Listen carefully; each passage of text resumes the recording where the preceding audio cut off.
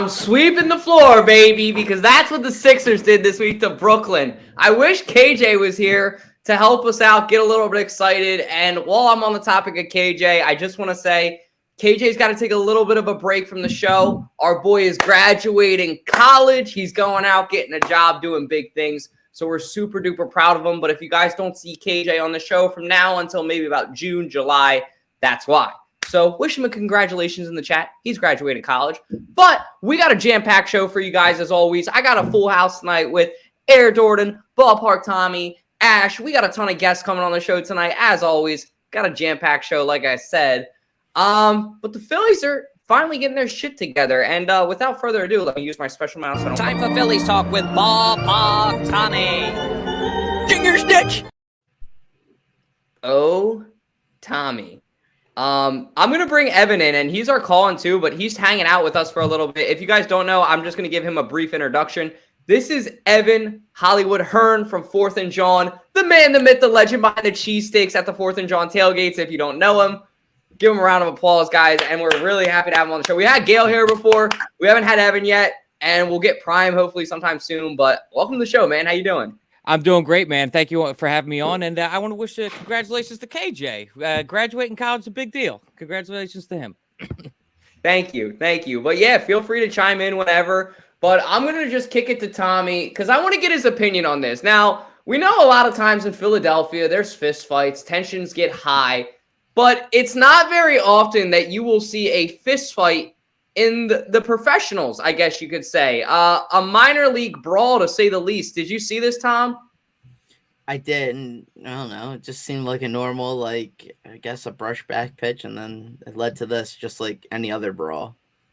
I'm just saying, this is like, if you look at this photo, like, this is benches clearing. Like, this is like, this ain't no normal, like, this is both sides of the ball going at it. I read the article, like, usually on Mondays. This is how the podcast world works for all you amateurs. You look up where it's like Phillies news on Mondays so that you'll have something to talk about. And when I looked up Phillies news for an amateur, this is what came up. And I'm like, oh, shit. Shit went down because, Tom, from an amateur's perspective, baseball guys don't fight. They pat each other on the ass and spit sunflower seeds. They hang out all day. They don't fight. They fight all the time. It's just you don't watch baseball, Dutch. I guess not, but I'm going to start watching it now after this WWE shit. All the time. You need to look up. There was a good fight, and it was a few years ago. Yasiel Puig, when he was on the Reds. They're wearing like their old school jerseys, so it literally looks like something like out of the Revolutionary War era, like the Civil War era, because it has all that like old calligraphy font on it for both the Pirates and the Reds, and you just see them swinging at each other or behind home plate. You need to look that one up on YouTube, Dutch.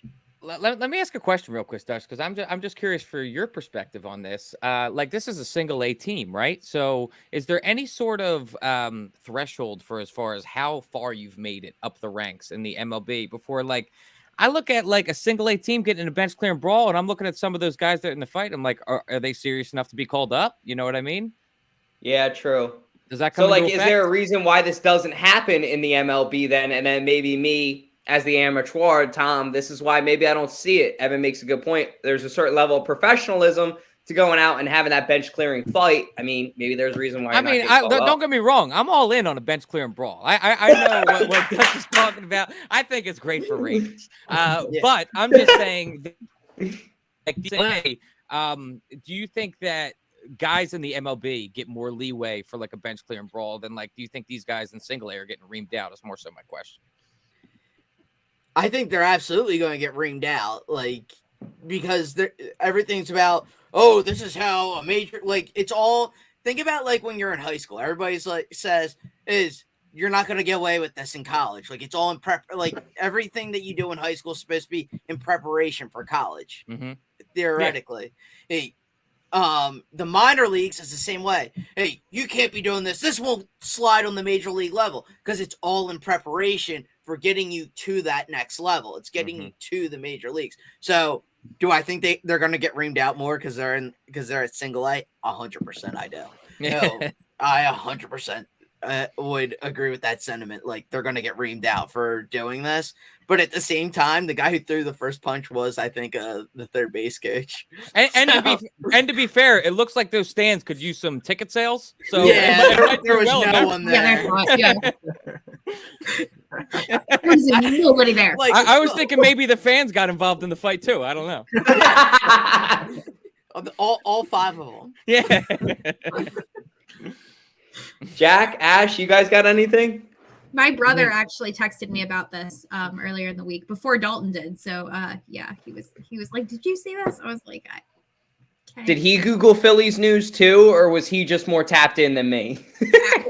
He's very into baseball right now, so he was tapped in on it. But yeah, he was like, he sent me the screenshots that I used for the graphics. But yeah, he's like, "This was so cool." I'm like, "Oh, okay." Clearly, it's baseball, so like they need some kind of fan base. So they're gonna say, "Hey, this happens in a minor league game. Maybe I should go because baseball's kind of interesting." Other than that, I mean, hey, I've seen worse fights in the NBA and bench is clear in the NFL. So, I mean, Phillies fans had a food fight in the stands this past week. Exactly. So, I mean, it's baseball. They're just trying to get any kind of leeway. You know how much I don't like baseball because it's a kid's sport. All right, I'm just gonna go ahead and move on to the next topic before Tom reams you out like some of those poor players got reamed out by their coach, I'm sure. How about that transition? Anyways, Tom, one thing we both love, when we are at a Phillies game and Ranger Suarez comes up to the plate and we both start singing, "Mr. Rain," is it coming back? He's finally so he's supposed to make, they said 4 to 5 minor league starts. It depends how things go. He threw 25 pitches to Bryce Harper earlier last week, and he looked good apparently. So that should give us a lot more hope, especially with tonight before we came on. Taijuan Walker went down with some forearm tightness, so we might be losing another pitcher. So he can't come back soon enough, to say the least. So I love Ranger. He's an absolute stud. And like him coming in the playoffs and being like, oh, not only am I going to be your lights out starter, I'm going to come in and close it out against the Padres to send us to the World Series. Like that's the stuff where you have like October legends. Like that's Reggie Jackson, Madison Bumgarner, or shit right there, where you're like, oh my God, this is like what makes October super special. And to see Ranger back, it's going to bring back those special vibes again that were just magical.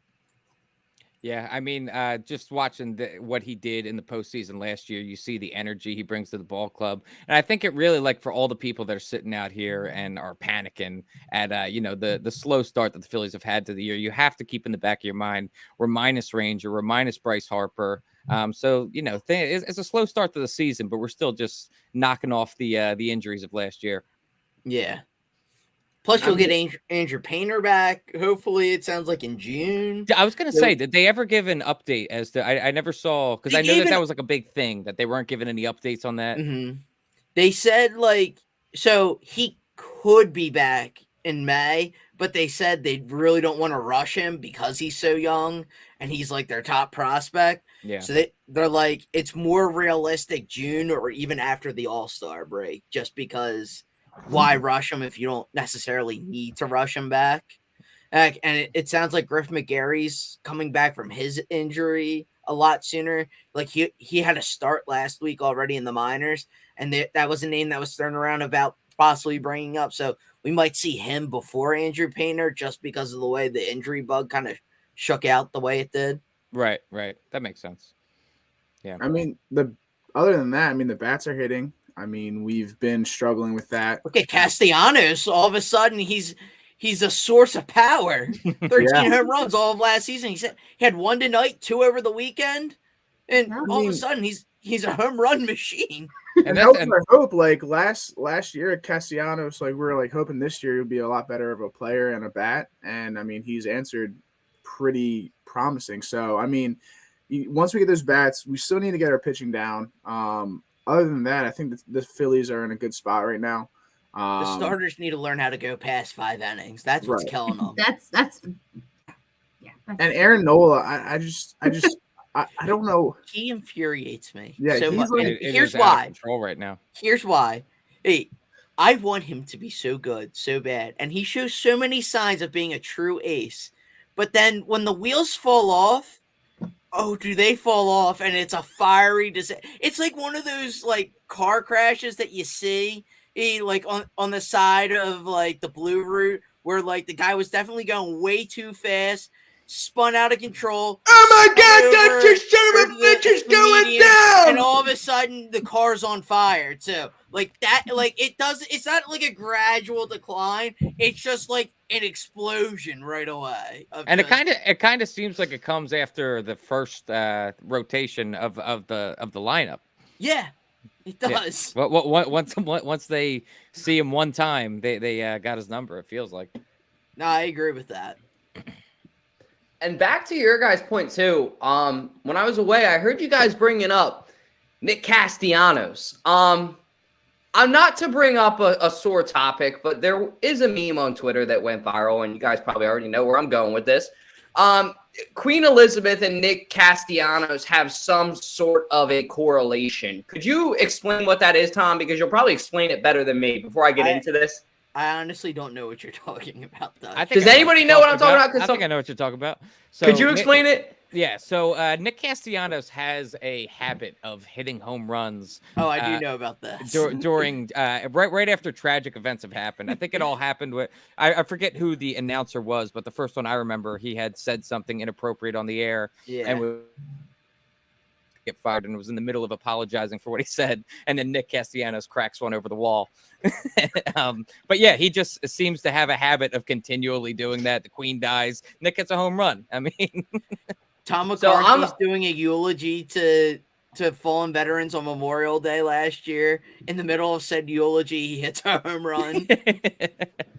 Now, I'm just saying, on Nick being hot, nothing tragic has happened. Knock on wood. Don't want anything tragic to happen, of course. But Jack knows I am really, really weird and astrological and all that shit. And I have this thing called the boomerang effect in life, where everything is happening but the reverse of it. And I just looked up the date, and it was like September 8th that was Queen Elizabeth's death, which was exactly 4 months-ish out from the new year. And it's been 4 months. It's April right now. So confirmed, in my opinion, in my weird like mojo that I got going on, it matches up. And it's nice to see him actually coming out to play in all seriousness. And in all seriousness, moreover, how about this kid Stott? Last year, I remember people coming on the show and just being like, Bryson Stott is okay. He's a good player, but I don't think he's ready to start yet. Delivers all last year during the playoffs. And then this year is just a whole new man. Alec Boehm goes out and puts on like fucking like 15 pounds of muscle and looks like a real Nebraska Cornhusker now. And ultimately, the whole team is gelling together. And I think Evan put it best a couple minutes ago, too. You have players like Bryce Harper, Ranger coming back. And we haven't even seen the start, I think, of what Trey Turner can be. I think that once Bryce, his boy, is back and this team's really humming, they could be scary. So I think it's honestly an advantage in a way. And I know that Tom will hate me for saying this, but a couple episodes ago, Tom made a good point. He said, it's important to get hot in the beginning of the season. Agreed. But when you have talent like this, maybe your identity is coming together at the second part of the season like it was last year, and you're almost like doubted the whole season. I don't know. It makes for a hell of a good storyline, in my opinion. But regardless, it's nice to see the Phillies actually playing some good ball again. But Dalton, I have one. Since you're a football guy, I'll make this comparison for you. But how sweet is it to just keep winning and winning and winning all season like the Eagles did? That is pretty sweet. I won't lie. That is pretty sweet. But in baseball, there's also 160 games. In the NFL, there's 18, so it's around like 10%. You know what I mean? And then I was actually talking about this, and side note topic, but like I love the crew that we had tonight, so we're gonna get into it. We were talking about, do you guys think, like somebody asked me from an outside opinion, It was actually during a business deal, and they were like, "Hey, do you guys think like they're like what's the deal with Phillies fans and Eagles fans? Because you're all Philly fans, but why are Phillies tailgates not the same as an Eagles tailgate?" And immediately I was like, okay, well, the Dollar Dog Night tailgate was pretty fun. That was pretty nuts. But my first initial thought was the amount of games. But then I thought about it, and I really thought about there's only 8 home games a year that we're really blessed with. So, like, and that's if you get 8 to 10 maybe. So now that we're a winning team, we'll have more, maybe. But well, I mean, don't know. To that point, I mean, you don't really tailgate for said basketball, baseball, whereas you tailgate all the time for football. Like, I don't think in college or anything like that you tailgated for a basketball event, Nope. a baseball event, a lacrosse event. It was Nope. all the main sport. And I feel like it's weird tailgating for like baseball because it's not because football you come 5 hours before the game, make some breakfast, and then we got Evan making the cheesesteaks. Like it's I don't know, it's just it's a different sporting event. I guess I would say. I think Dalton, I think you kind of hit the nail on the head earlier when you were talking about how there's 17 games in the year, and then there's 162 baseball games in the year. And so since there's 10%, I think the value of each of those games is that much higher because, if you lose a game in football, that could one game can mean all the difference in division standings, in whatever. And so each game just feels like that much more. Whereas if you were to lose a baseball game, since there's 162, you can kind of shrug it off and be like, all right, we lost that one, but we could still get them tomorrow. And I think another factor of it is who is going to be able to tailgate 80 games at full court press where you're like, dude, I've only got so much money for these Eagles tailgates. I wouldn't be able to do another 80 tailgates a year. I'd go insane. Wait, Tom, who was the guy last year? And honestly, that's a really good point because you would think what crazy mofo could actually do that. Did you guys see the guy that was the Angels fan last year that went to like every game? There was seriously. Did he go to all 160, Tom, or how did that work? He went to all 162. Holy shit. I'm not sure if they were all Angels games. I'm pretty sure most of them were because I think he had because I followed him on TikTok and Instagram for a little bit. Towards the end of it. And towards the end, he had some work conflicts and personal conflicts with weddings and stuff like that, like the normal stuff that gets in the way. Not like a job or anything like that. Like like Evan feels me. Yeah, Tom, we were talking before about the show. Everybody's got a job, I don't know how these people are able to do that. Like that's a whole 6-month span, man. That's a sabbatical. In our own fan base, we had Chris Nady, right? Yeah. He went to every single Eagles game last year, home and away and in the playoffs.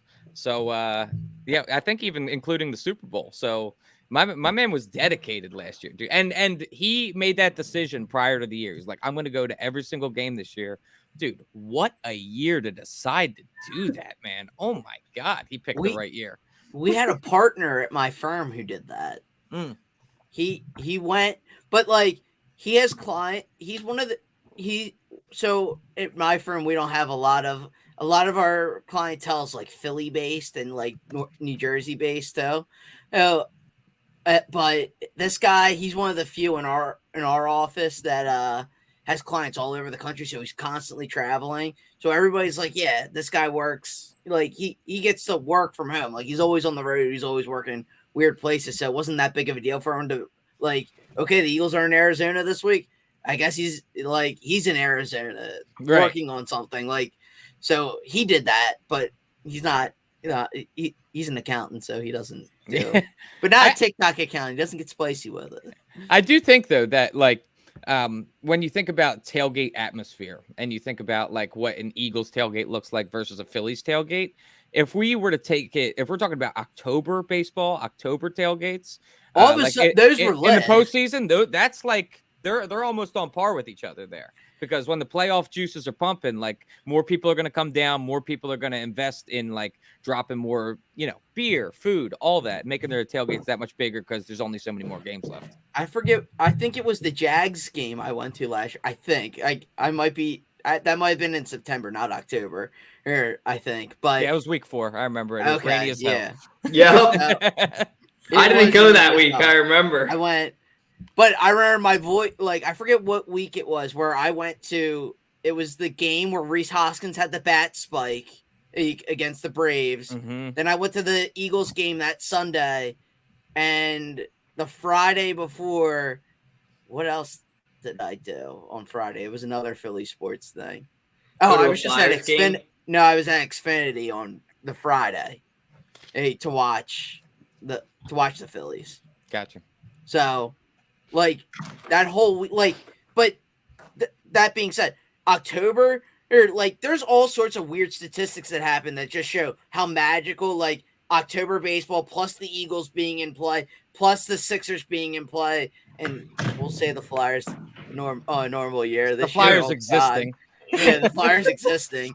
Like it was absolutely nuts. Like if you look at like Philadelphia has become, unfortunately, a very crime-ridden city at times. In October, all of a sudden, the crime rate dropped like a stone because everyone was like captivated by everything. It's like a just cloud of goodness was over the city and just brought everything like back to normalcy, back to like everyone being kumbaya, that true brotherly love and all that.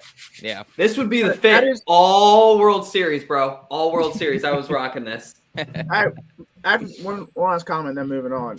I will say, being in Philadelphia, crime-ridden city, these sports events bring everyone together, and which I feel like that's a nice thing to have for a city that's like, struggling with crime, murder, things like that. So I think sports in general bring everyone together, and it's nice once you see that combination of people.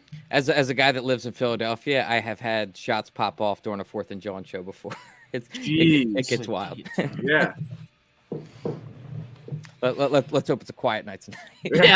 Yeah. Fingers crossed. Try to turn down the volume for this intro into this segment then.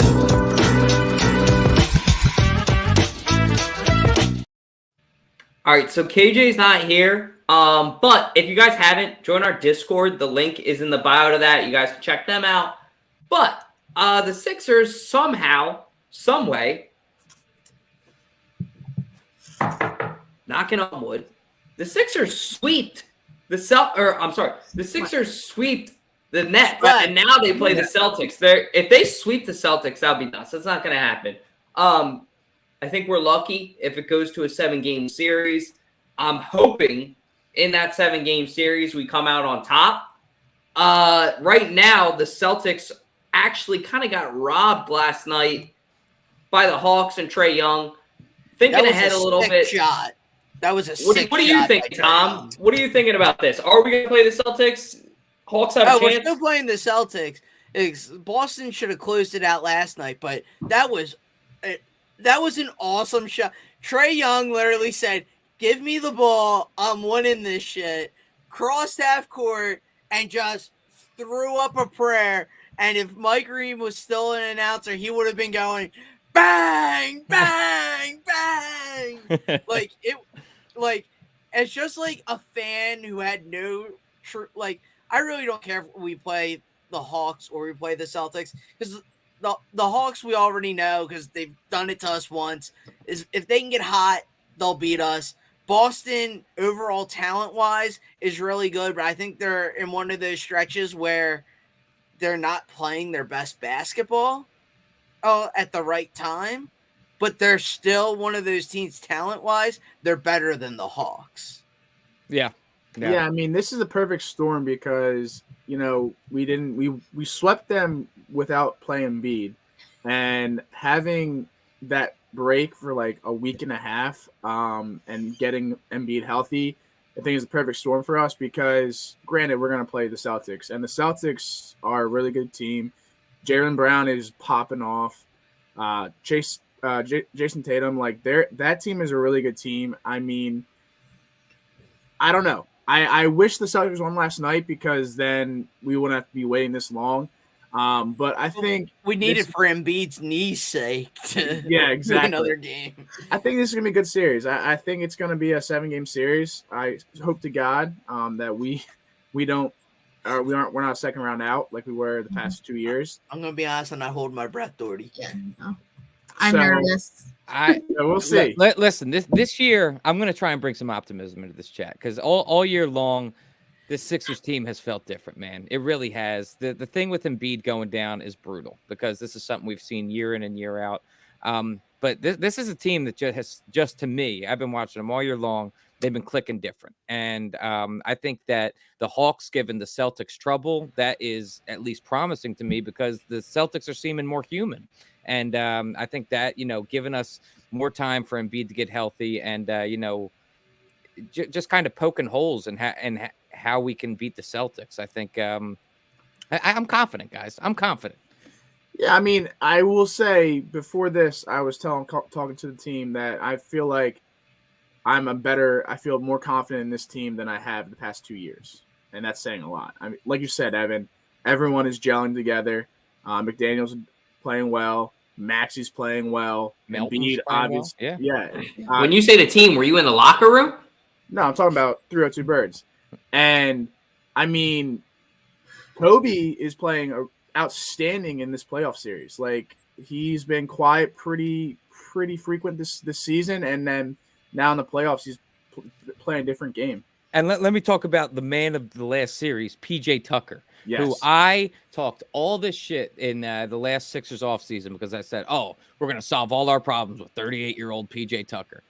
Man, I tell you what, that dude plays harder than anyone else on the court, and he's the oldest guy out there.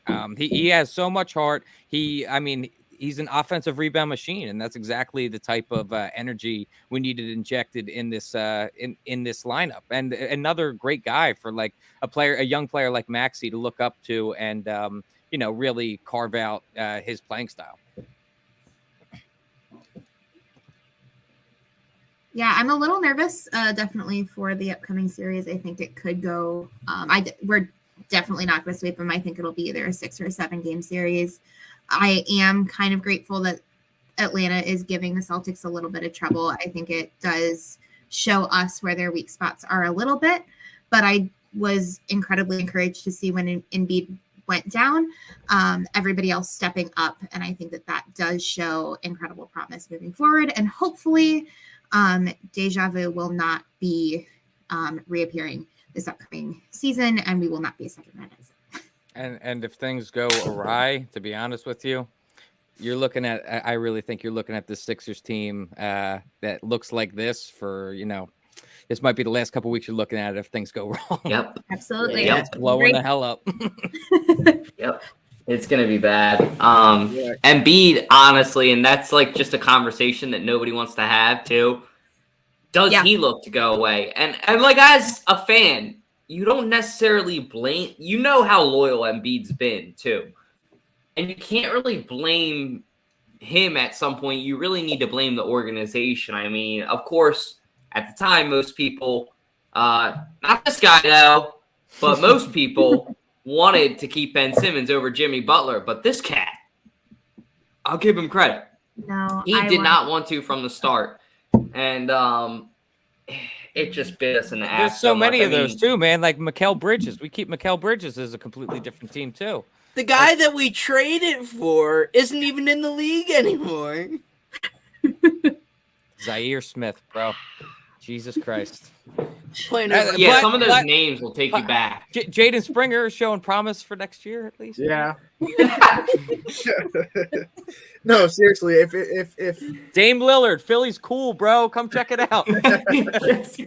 No, seriously, if we do lose this series, I think Embiid's looking somewhere else. I mean, I respect him for doing it because he's been such a asset to this team, and we've tried multiple times with different coaches to get him to that ring, but if we pull up short, I feel like I respect it enough, even though it's going to suck if he walks.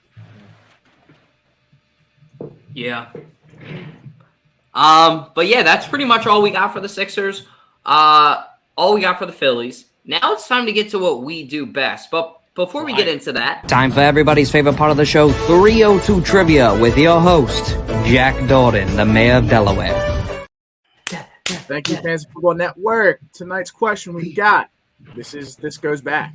Michael Vick won the Burt Bell Award and was named the NFL Comeback Player of the Year in A, 2009, B, 2010, C, 2011, D, 2012. Again, Michael Vick won the Burt Bell Award and was named the NFL Comeback Player of the Year in A, 2009, B, 2010, C, 2011, D, 2012. And we'll give the answer at the end of the show. all right, thank you, sir. Getting into what we best. The Philadelphia Eagles. Everybody here, I think, is an Eagles person. Tommy, his second favorite team is the Eagles. I know that's for damn sure. Look, Tom, how nice would it be to go out and snag this guy from the Commandos? I saw that today the Commanders said that they will not renew Chase Young's fifth-year option, I believe. Regardless, he's going to be a free agent at the end of the 23-24 season. Would you like to see this guy come to an Eagle? And could you see Howie potentially making a trade for him, kind of doing similar to what we've done before where you use that one-year rookie contract and go all in? I don't think he would trade for him. Given, like, everyone knows he's a high-value player, or at least the Commanders think he's a high-value player still, even with his injury history. I think he would be a nice free agent to try to sign and next year, or to try to rebuild some of that depth on the defensive line.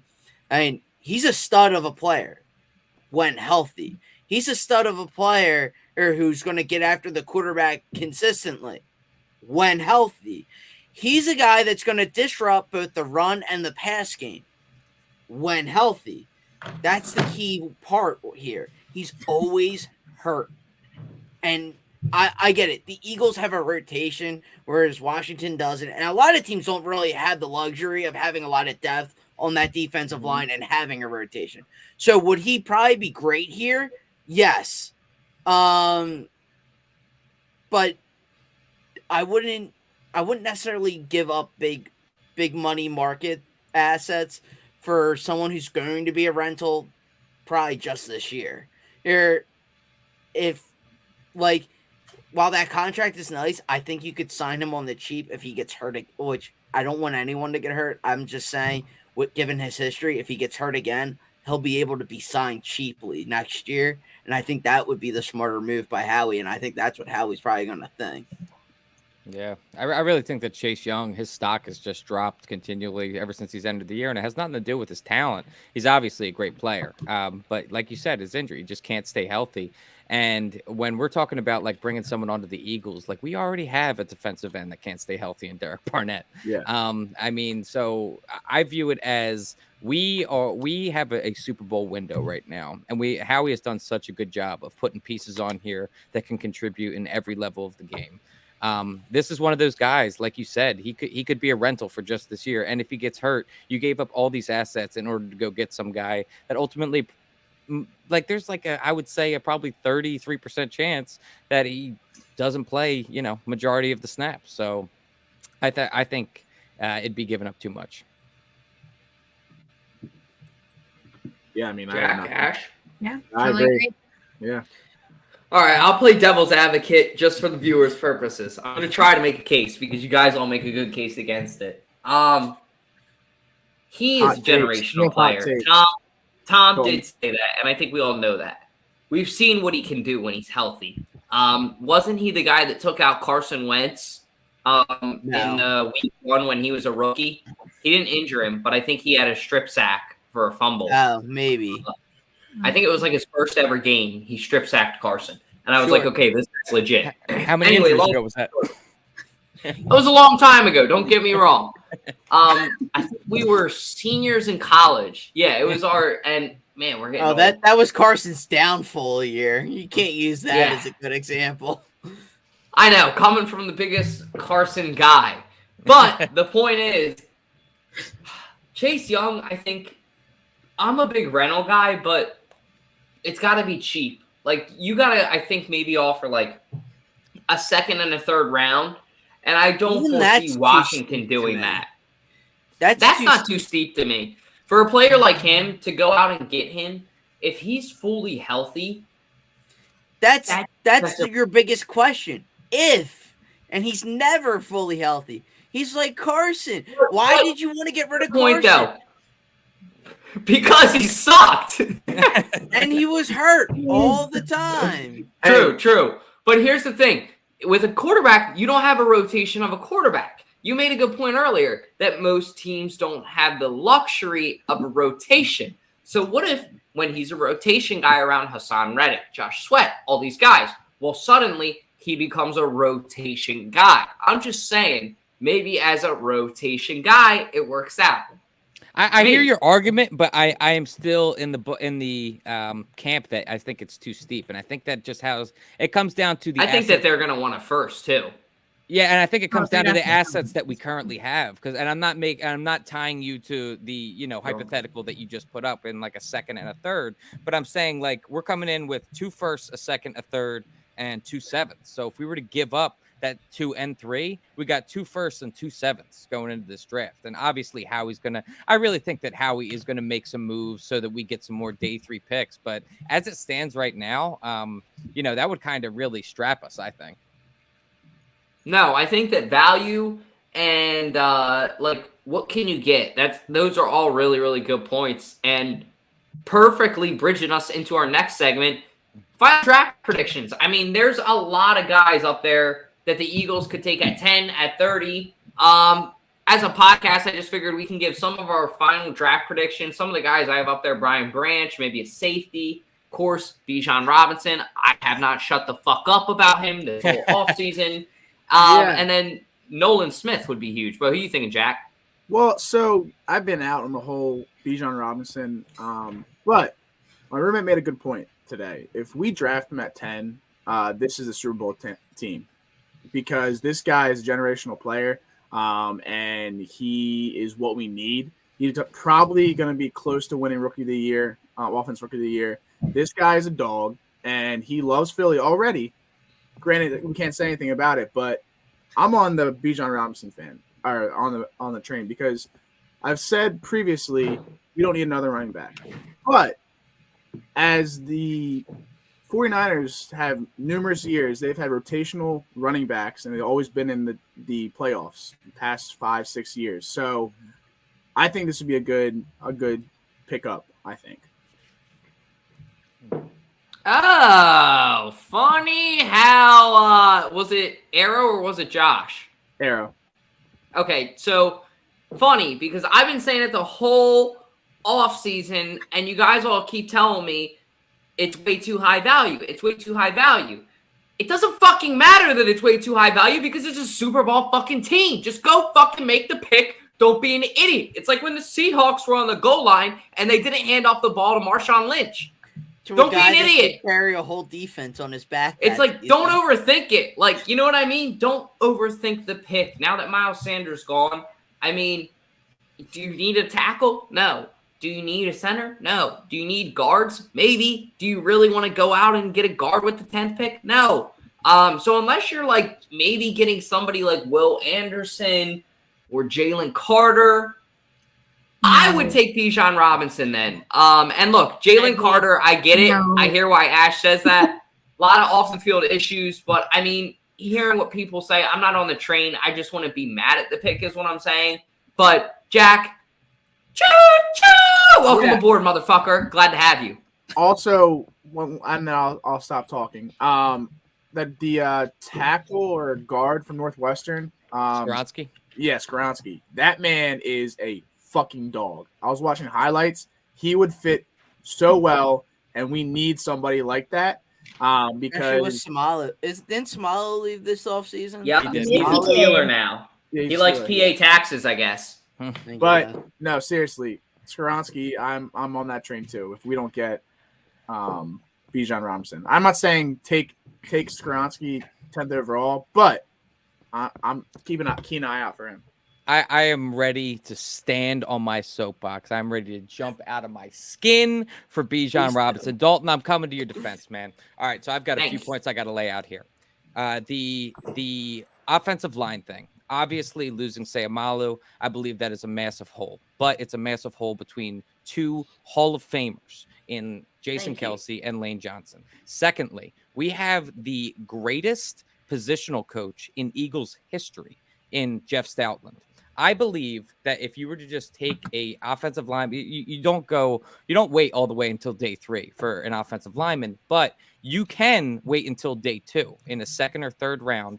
And Jeff Stoutland, I believe, is a good enough coach to where if you were to have an offensive lineman that is a second, third round talent, and he enters the league and he's learning under Jeff Stoutland, and you were to compare him versus a guy that is a top 15 talent for offensive line, and he's not being trained by Jeff Stoutland, I believe 3 years into their respective careers, they're pretty much on the same level. So that, to me, opens up the freedom in not having to draft an offensive lineman high. Now, the guy that I love in Bijan Robinson.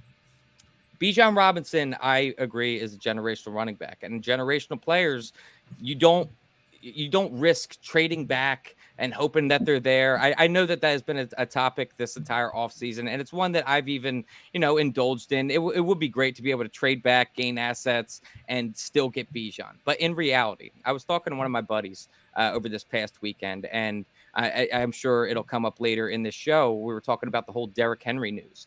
And, there was these rumors that maybe there's a trade in the works to get Derrick Henry to Philadelphia. And we got to talking, and we both came to the conclusion that when you consider the mileage on them, the money, all of the factors that come into it with Derrick Henry, we said, I think I would rather have Bijan than Derrick Henry. Oh. And when you come to that conclusion, that you would rather have a player rather than the best running back of our generation that's currently playing, then you don't risk not taking him at 10. It's that simple. If we're talking about deciding between Derrick Henry and Bijan Robinson, it's obvious to me. Go get the guy. Yeah, don't overcomplicate it. Just go all in, put all your chips in on this year, because your Super Bowl window closes so fast, and it is so hard to go to a Super Bowl back-to-back years. And then after that, you don't know what's going to happen. Look at the Bengals, for example. They lose. They go to the AFC Championship, and they lose that again. And honestly, look, I have a lot of confidence in the Bengals, but the AFC is loaded. And I just don't know the next time that the Bengals will be back in the AFC Championship, let alone the Super Bowl. So, I mean, the NFC is a lot more sucky now, especially that Aaron Rodgers left. I think that was the dumbest thing on his part, because I think that was his clearest path. But that's a story for another time. What were you saying, though? I was going to say, because you mentioned the Bengals kind of taking a backseat, I thought the Bills did a similar thing too. So moving forward into next year, who do you think has more potential, the Bengals or the Bills? Ooh, that's a good question. Jack, you want to take this one first? That's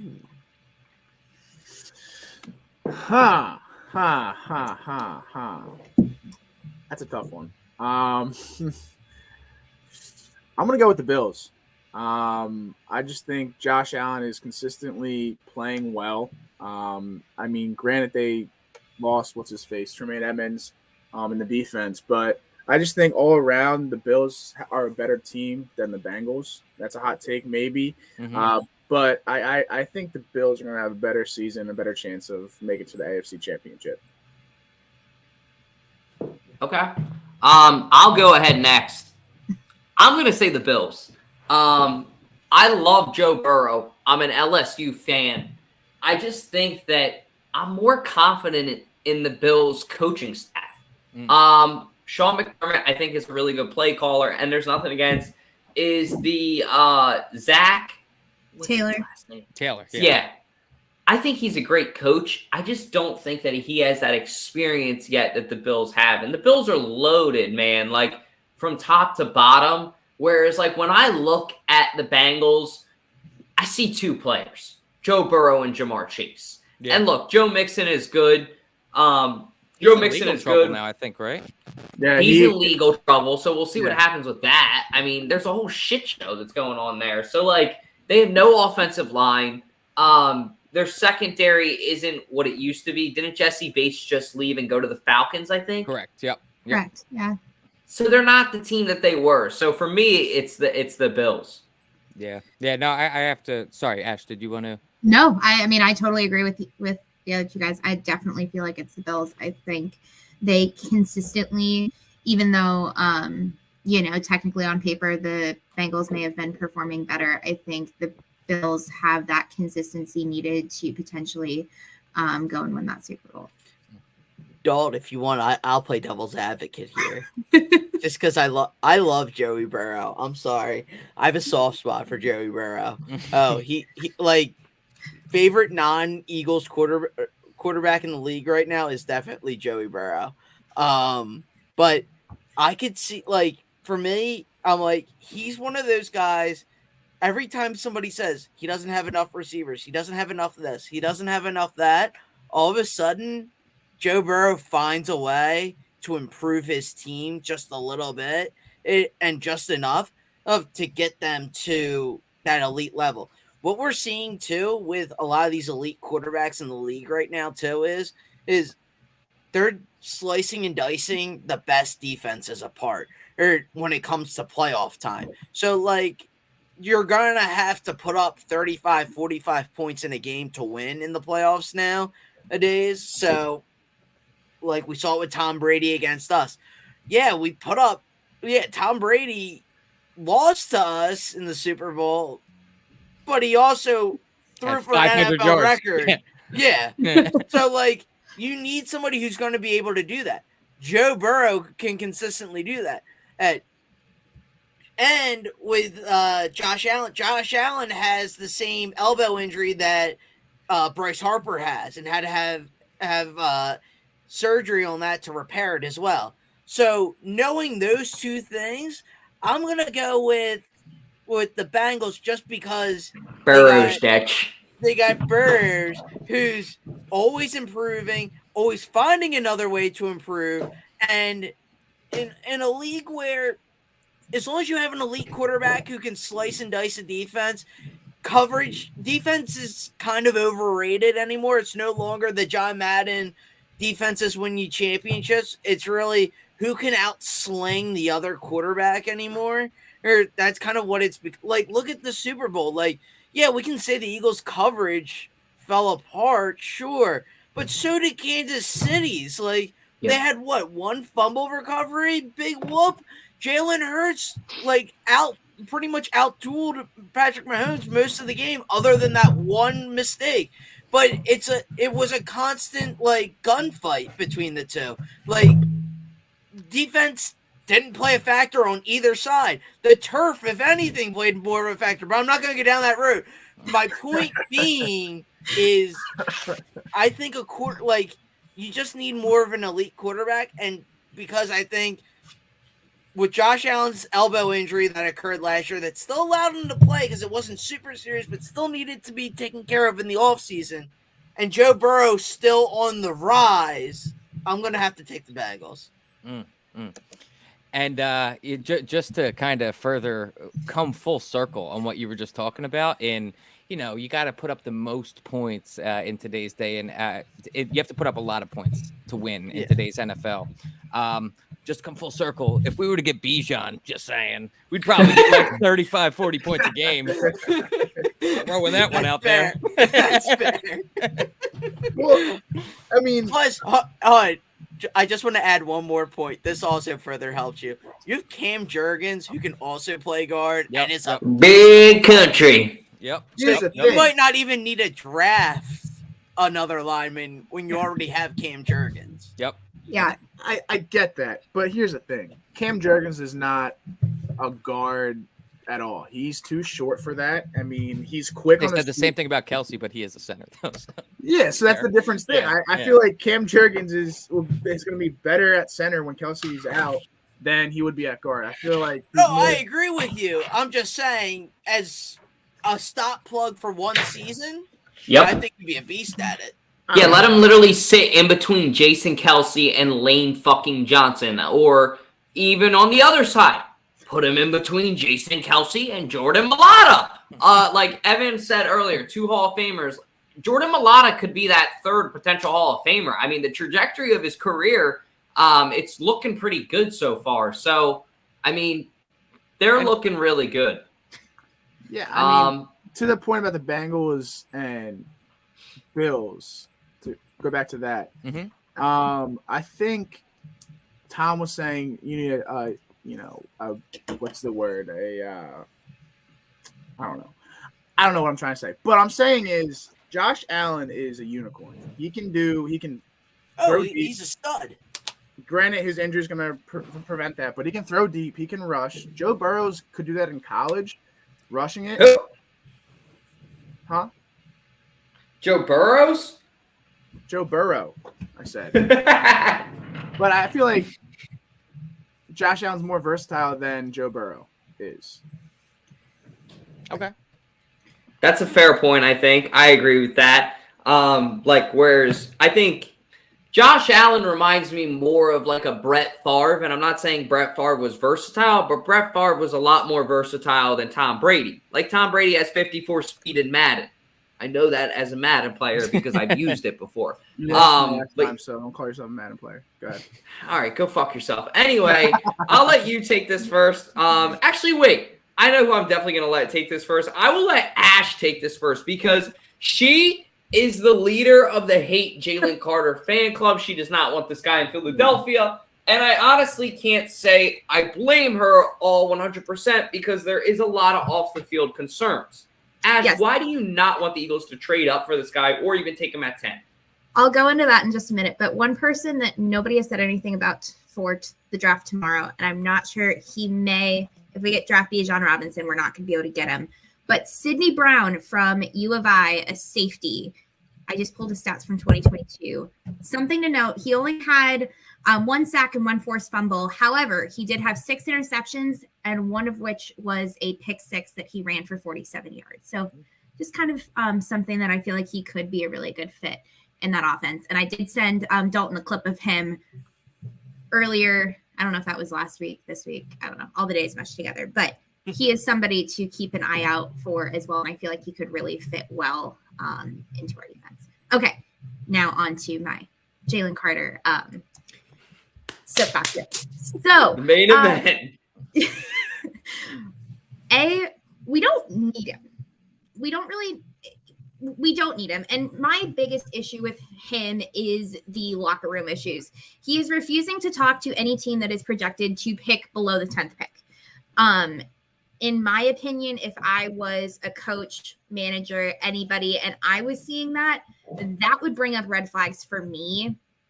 If I had a 22-year-old kid that was saying, I'm not talking to a team that's picking below that, personally, that would cause, that would just kind of raise questions for me. You can have all of those guys in the locker room that are doing the right thing, but if you have one person that's doing the wrong thing, suddenly that just causes a whole host of issues. And also, I think the fact that we would probably have to give up a lot to move up, and his stats for the last couple of seasons have not been anything special. And also, he does seem to be somewhat injury prone as well. So just between all of that, I do not think that it is worth it to trade up to get a guy that is mediocre at best. No, that was well articulated. I do not want to draft him at all now. I'm not going to lie. Evan, you want to go ahead and take it first, our guest? Well, you see, I kind of am a Jalen Carter guy. I would personally take him at 10, and it comes down to, I think that if you think about, if you're looking at like the stats, I think it comes down, you're not going to see it so much on the stat sheet as much as just the disruption he causes for the players around him. So like the other guys on the line are able to eat. And I just have the images of like pairing him next to Jordan Davis for the next half decade. And like Jordan Davis is a guy that demands a double team on the defensive line just because of his sheer size. And Jalen Carter seems to be another guy that fits that same sort of thing. So if you have two guys that realistically draw a double team versus an offensive line that only has 5 players on it, that creates a lot of mismatches. That's one aspect I totally like about Jalen Carter. What I don't like about Jalen Carter is the other things that you listed. I mean, obviously, The whole thing about him saying he doesn't want to talk to anyone outside of the top 10, that kind of rubs me the wrong way. And obviously the legal issues with the drag racing that resulted in another player's death. And then, he left the scene of the accident. It doesn't show good decision making. So it's one of those things that, like, it's a double-edged sword. I think he really is a tremendous I think he is a tremendous talent. But it's one of those things of, like, is he a locker room leader? I don't think so. And when you're looking at the top 10 pick, those are guys that you want to bring in that aren't going to mess up what we've created here. Just look at anything from last year. Obviously, like, the vibes are great, but, like, the chemistry in our locker room was on another level last year. And if you bring in a guy that disrupts that, I think it's a major risk. It's a huge risk reward. It could end up being a tremendous move, or can end up being a team breaker. And that's why I kind of look at another guy on his line in Nolan Smith. That's a guy that I think is a true leader. He puts up the numbers, and he's played with the other Georgia boys that we have. Frankie. What up? And if you haven't met Frank yet, this is our old coworker, basically our big brother that we never had. Frank Coworker where? At our job at work daily, at our trash job that we used to work. But Frank, is your mic working, man? No, we can't hear shit. A typical Frank moment. So I guess he'll be back. He's like, fuck you. That's what he just said. No, I mean, Jack, I don't have much to say about this. I think it'll be a good addition to our D line, and all those locker room shenanigans. I think they will be nipped in the butt by Jalen Hurts, because that will not fly in this locker room at all. So I think with that leadership we have, that's going to be nipped in the butt right away. And like you said, I think it'd be a good matchup with Jordan Davis, the double team. And I just think, if we're a win now team going to the Super Bowl, I think Bijan Robinson is the guy we want to get at 10 for sure. Bijan. Say that again. Sorry, say that again. I said if we were trying to get to the Super Bowl next year or the next 2 years, I think Bijan Robinson is that man. No, you said that wrong. It's Dalton was right. I'm never saying that ever. Yeah, Dalton. I'm sorry, Evan was right. Evan was right. Never get any love. There you go. In all seriousness, the one thing too is, didn't Jordan Davis and Jalen Carter play a year or two together in college? Yep. So there's that, and Nakobe Dean's in that mix too. Yep. And if they, hypothetically, I don't think that this would happen, but anything is possible. Say that they go out and take Jalen Carter at 10, and then they decide to move up somehow for the cornerback Ringo. Well, you have 4 guys that all played together in college. And there's something to be said for that, because they're all first-round talents too. I mean, that's the cool part about, college football, especially some of these bigger schools, Georgia, LSU, Clemson, Alabama, of course. When you think about these schools, they have, 5 pretty much at minimum every year, some 3, but that's still so impressive. First-round talents. I mean, and if teams are going to be smart, they're going to start looking at, okay, how can we couple some of these guys together that already have this chemistry so we can get ahead of other teams? I'm all for it, man. And when you think of the locker room issues too, I mean, the fact that Jordan Davis and Nakobe Dean have played with Jalen Carter, the Eagles, brass, their front office can at least talk to Jordan Davis and Nakobe Dean and be like, give us the inside scoop. Like, what's this guy like? And at least they have inside knowledge. A lot of talk happens behind closed doors. 100%. And moving on to our last topic of the night, Evan, you kind of hinted at it earlier. Derrick Henry. Now, look, I just want to say something before we get into this topic. Now, last year, once again, another, I told you so moment was one of my best friends, Jack. But everybody remembers. Everybody knows what I'm going to say. I haven't shut the fuck up about it all year. And this is basically the last time I can use it for, ever. So I better, milk the cow one last time on draft eve. But last year, about 2 weeks before, it was actually my throwback, AJ Brown and Jalen Hurts were working out, and everybody was saying, Dalton, you're looking too far into it. And I was like, no, A.J. Brown will be an Eagle by the end of the draft. Bada bing, bada boom. Now, look, Howie might have a pretty good – is that dumbass still? He got fired. So they got a new GM. So, look, there's already going to be a guard because you're the Philadelphia Eagles. We're the team that just absolutely bent over your old GM. So, new GM's going to be like, don't get bent over by this team. That's new, like, clause. Don't get fucked. Please, by the Eagles, especially. In all seriousness, he's a running back that's 29 years old. Offer a second-round pick for him if you don't get Bijan. And then maybe go out and take Jalen Carter or somebody like that. If you want to invest in young, I think Derrick Henry is worth a second-round pick, in my opinion, because that's an instant starter. And he's also going to be on a committee. Like, that's the thing. You have Gainwell. Apparently, jersey number 0 is going up early on the website. If he changes his number, he's going to be an absolute bad motherfucker. Regardless, he's going to be a stud next year.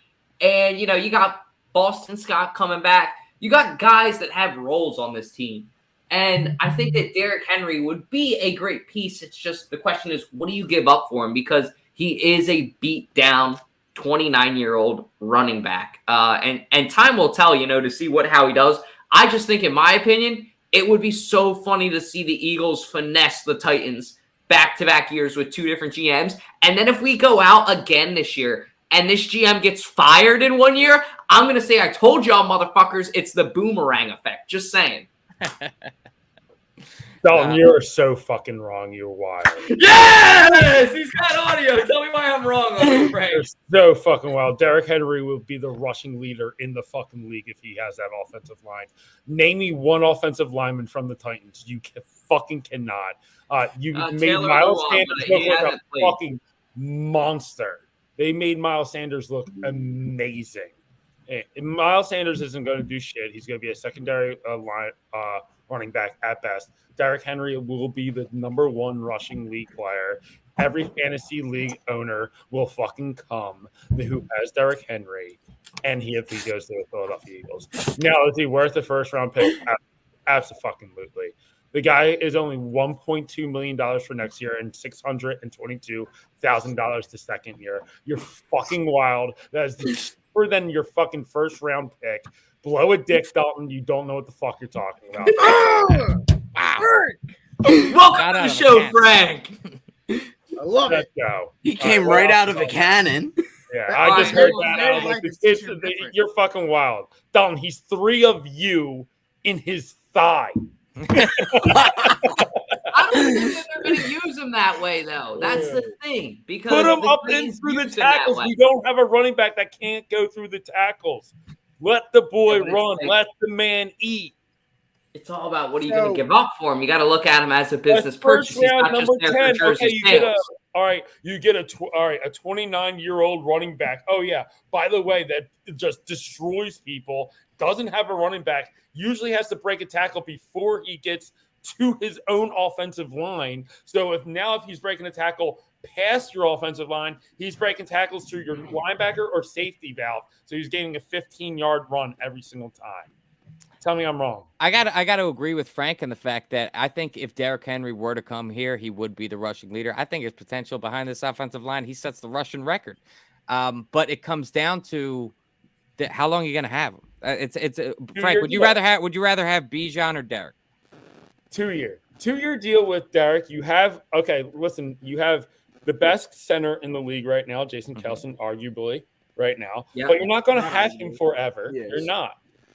Like, I'm sorry, but in the next 2 years, we're not going to be. But we we're did gonna extend probably be in a Stoutland. rebuild. We did extend our offensive line coach, who has Stoutland, been a genius for us for the past decade. We just gotta sort of look out for our future, but right now the future's now because we still have Jalen in the rookie contract. You got to look for this year is do or die. I have, And we're going to pass the ball. Like, we're not going to have to hand it off every time, buddy. You forget we have the fucking MVP. You're wild. Our defense, literally You want to have 20 around the passing ball. touchdowns or something? Okay, you are wild because the play action pass and the run option play is our number 1 play in the whole league. And I'm not saying it's not. Dude, the whole reason is because you're sucking the linebackers in for the run. The linebackers shoot back out. They're fucking running the ball. And what are you going to do? You're going to have a Derrick Henry as an option play now. Now you have Jalen looking. You have to play Derrick Henry or Jalen or A.J. Brown. Yeah. I am sorry, but that is fucking scary. Oh, wait. Or Devonta. Evan brings up a good point, though, about the investment of Bijan, though. That's one thing you got to think about is Bijan's cheap for the next 4 years. You got to pay Derrick. With a 5th-year option if you take him in the first round. Which Yeah, but you don't know what it is. I mean, you do know what it is. You also can't guarantee that Derrick Henry's going to stay healthy. You don't have a proven – no. I'm sorry. But you still have Penny and you still have Gainwell. Penny also can't stay healthy. I forgot about him. He also can't stay healthy. So here's the thing. No matter if we pick up Derrick Henry somehow, or if we draft Bijan Robinson, we're still going to make it to the Super Bowl because Bijan Robinson is gonna most likely, behind the Eagles' offensive line, will win the Offensive Player of the Year. Rookie. We're going to pick a lineman. I guarantee. No, we're not. That's wild. That's the 30th. I don't think it's a good idea. We don't need offensive line right now. We need a guard. That's it. Are you for picking an offensive lineman, Frank, or that's what you think is going to happen with Howard? That's what's going to happen with Howard. At 10. So who would you draft? Frank's in the room right now with Mr. Lurie, Julian Lurie, Howie Roseman. He's hanging out. He's 3 Bud Lights deep, and they say, Frank, who you want? You gotta take the boy from Texas, or you got if the cornerback from Georgia's there, and I mean I am Ringo. Yeah, he's there. I'm fucking taking him, but I highly doubt that he's going to be there. And truthfully, you got to remember the draft is not like, hey man, like people are going to be aggressive against us. They're going to try to get fucking Robinson from us. Now, I have a question for you. If someone drafts Robinson before us, do we draft back? That's a great question. I would say it depends if Jalen Carter's there. We don't need anybody right now. I think Nolan Smith will be there if you move back, and I think Brian Branch will be there if you move back. And those are 2 guys that I want. So I would move back to like 13 to 15. That's what I'm talking about. Yeah, I'm thinking about fucking over Titans and just grabbing a couple draft picks for the next year. So if we can't get Denrick, fuck you. Let's get like your other first round. Let's talk about it for next year. Because they really want that. They really want that right guard, and I would love to fuck them over with that. And then we turn around. All right, we have your 2 first round picks for the next 2 years. Here's how about Derek now? Like, let's talk about it. Let's be dick. Can't hurt. The Titans were pushing for us. How this all evolved out, and this is what I'm hearing through rumors, is that the Titans walked up to Howie and they're like, "Hey, what can we give you for the 10th pick? Because we know what you're going to pick." And Howie goes, "Derek," as a joke, and Derek heard it, and then Derek sort of just like filled it out to his like friends and stuff. And that's how it started just going like this. And then his agent talked about it, and it started going like that. And then it went through Twitter. Like, you guys saw my text message in the group. I was like, Derrick Henry, Eagle by the end of this week. Once I saw it. Yeah, he did send it, and he was like, you motherfuckers better look out. And I think that it could happen. It's just, hey, man, and Howie loves himself a splash around this time of year, man. Howie is the one that... I think we're going to wait until draft day, and something's going to happen tomorrow. Yeah, but Howie gets off to this shit. You're right. No, he does. Like Howie loves his moment in the sun where they could just be like, oh, remember that giant move I made this offseason that changed the entire organization? Yeah. Howie loves that shit, man. That's literally how he's sitting there. He's like, yeah, I did that. Like, you saw him the other day, like, he had a water bottle, and he's like... I love that Napoleon complex that he has because, dude, it's like, fuck you, who are you, like, kind of attitude. To be honest, did you see that earlier this year when he got into it? Not got into it, but with a fan. Yeah, goes, he's like, yeah. F you, I apologize. Yeah, give you your first Super Bowl. I love that. I love that. I like it. I like our GM is the main talk about the whole NFL because I think the second most important position in the whole organization is quarterback, then GM. Yeah. I think it's definitely a hidden factor. Mhm. And I think the Eagles have proven that. And I'm not even going to lie, Kansas City's GM is a fucking genius. I mean, who would ever get rid of Tyreek Hill and still go to the Super Bowl?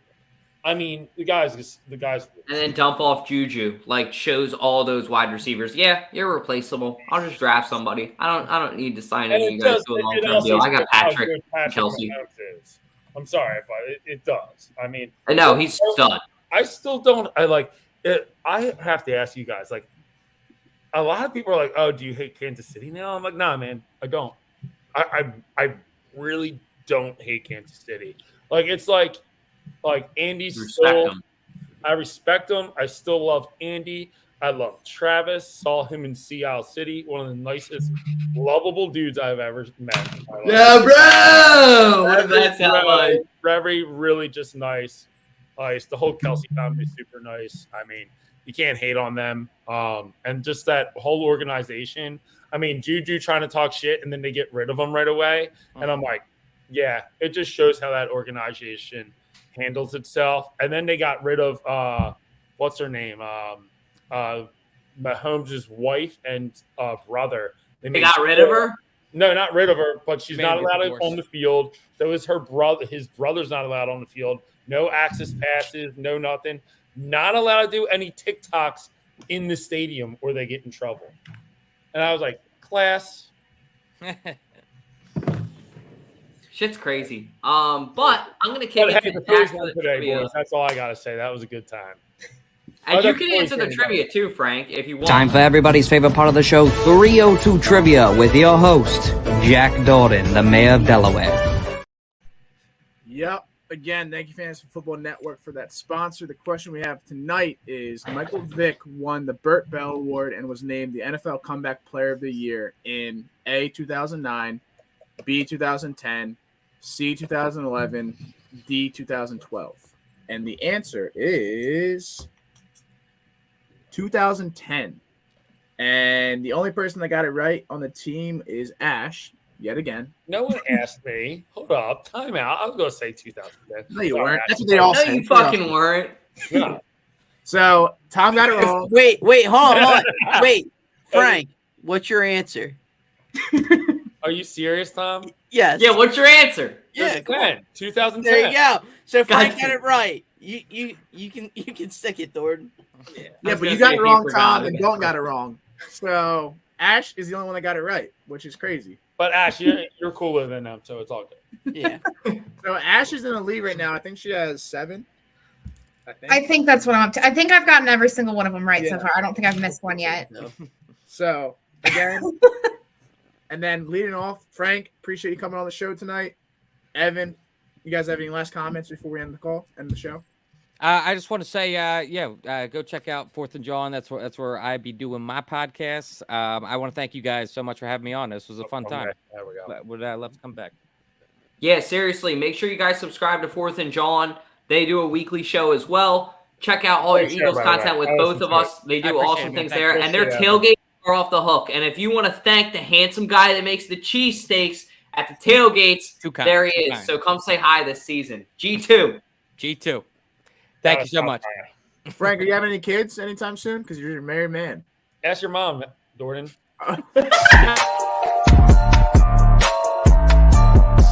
Boom.